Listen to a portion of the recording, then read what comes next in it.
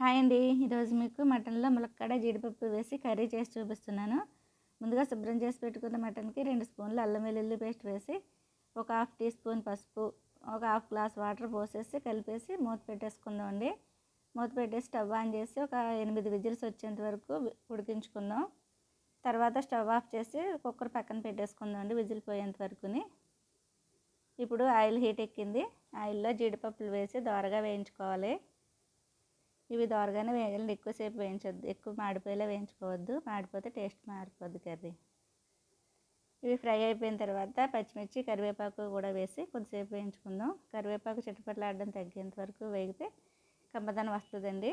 ఇప్పుడు ఆనియన్స్ కూడా వేసేసి వేయించుకోవాలి. ఇవి పచ్చివాసన పోయేంత వరకు వేయించుకుందాం.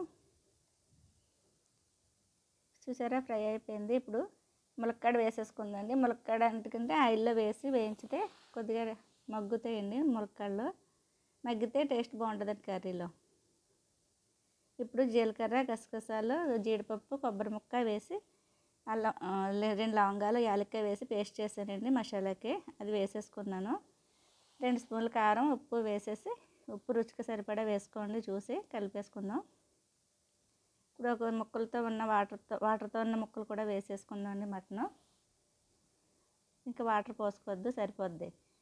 ఇవి దగ్గర ఉండి ఉడికించుతూ ఉండాలండి, అడిగట్టేస్తుంది కర్రీ. మాడిపోకుండా చూసుకుంటూ ఉండాలి. చూసారా, అయిపోయింది. రైస్లోకి మాత్రం థిక్నెస్ సరిపోద్దండి. మరీ గ్రేవీ ఎక్కువ చిక్కగా అక్కర్లేదు. చపాతీలోకి తిన్నా టేస్ట్ చాలా బాగుంటుందండి. ఇది కొత్తిమీర వేసేసి స్టవ్ ఆఫ్ చేసేసుకుని సర్వింగ్ బౌల్లో తీసేసుకుందాం అండి.